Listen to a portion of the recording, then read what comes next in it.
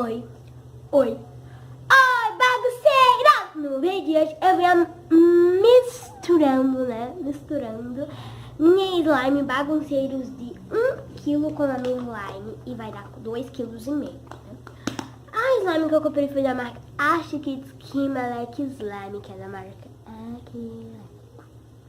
Até pra dizendo Acrylex.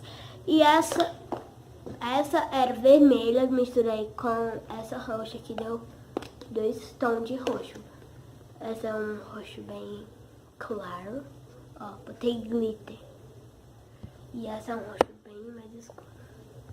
São iguais, eu botei pérolas lá e tudo mais. Então eu vou mostrar pra vocês. Ó, a pérola que eu coloquei é dessas aqui, ó, branquinhas. Vou mostrar pra vocês aqui, ó.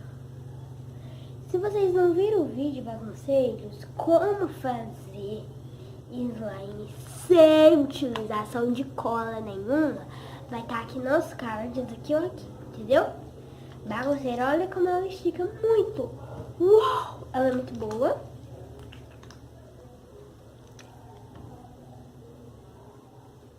Bagunceiros, eu queria fazer um vídeo como fazer slime com cola transparente.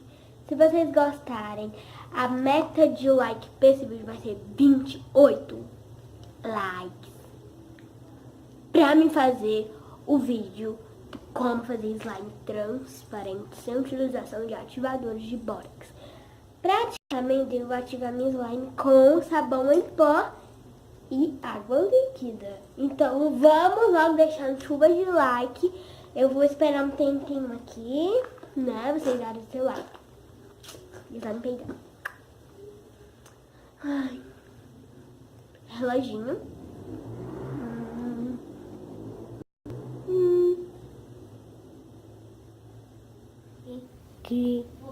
Já deram seu like? Deram like? Deram like? Deram like? Então nós podemos continuar. Vamos misturar, bagunceiros.